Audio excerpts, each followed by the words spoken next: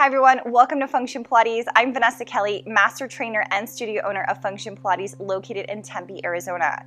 In today's video, I'm going to walk you through a series of default exercises to place in your intermediate full body integration category.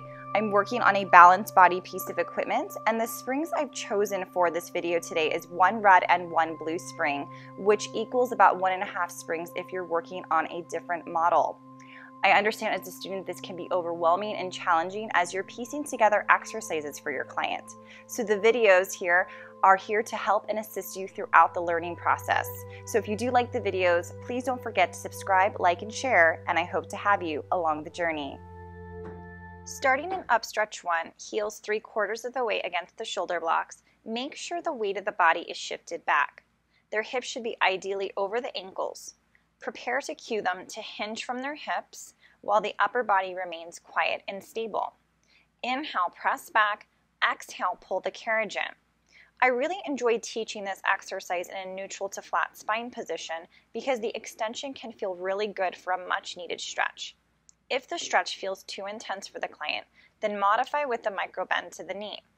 Transition into up stretch 2 by releasing the body into plank as you inhale. Exhale to pike the hips back up with a strong emphasis on scooping the abs. Remember to cue them back to plank, keeping an eye out that they are not dumping pressure into their low backs. Think of a strong pulling the hips back into that up stretch 1 position. Chest aims to the floor, and if needed, micro bend at the elbows. Next, in this progression series, we move into long stretch. Remind them to keep the fingers reaching forward and not overly gripping the foot bar. That will only create unnecessary tension in their shoulders and neck. Keep the body in one long line to maintain plank, pulling the belly button up to the spine. Exhale to push away from the foot bar. Inhale to glide forward, knitting the ribs together. Finally, combining all 3 previous exercises creates up stretch 3. Take it slow and controlled, making a conscious effort to add each of the exercises in step by step. Inhale to plank, exhale push away, inhale pull forward, and exhale pike the hips up and back. With each of the variations, be mindful on how many you would like to pair together and how many repetitions you ask of your client. Remember, it's about form and benefiting from how well they can execute it.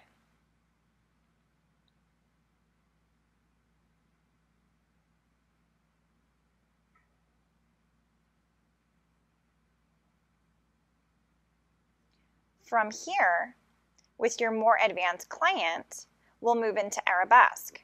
So elongate through that right leg, reaching those toes out to the opposite side of the room. The arms are going to stay straight and the shoulders are down. Scooping that belly up and in, you're pushing with the glutes, pressing back with the hamstrings as you're shifting that carriage back and forth. Drop that foot down, reset, and take it to the other side. Again, dropping those shoulders down, keeping a neutral spine, and really focusing on that lift, that heel lifting up towards the ceiling to get the entire backside of the left leg working. These exercises will help strengthen the hips, glutes, abs, back, and shoulders. We shift into our jaguar. Reaching the knee in towards the chest as you come to plank, pike those hips up as you lengthen the leg out from behind you. Taking that exhale, pull those abs in, knee to chest, inhale to lengthen. Little to no movement with that upper body, so really allow the shoulders to stay secure. Good. Again, increasing the stamina here is going to build for a better flow, so you're looking at your more intermediate to advanced client with these variations.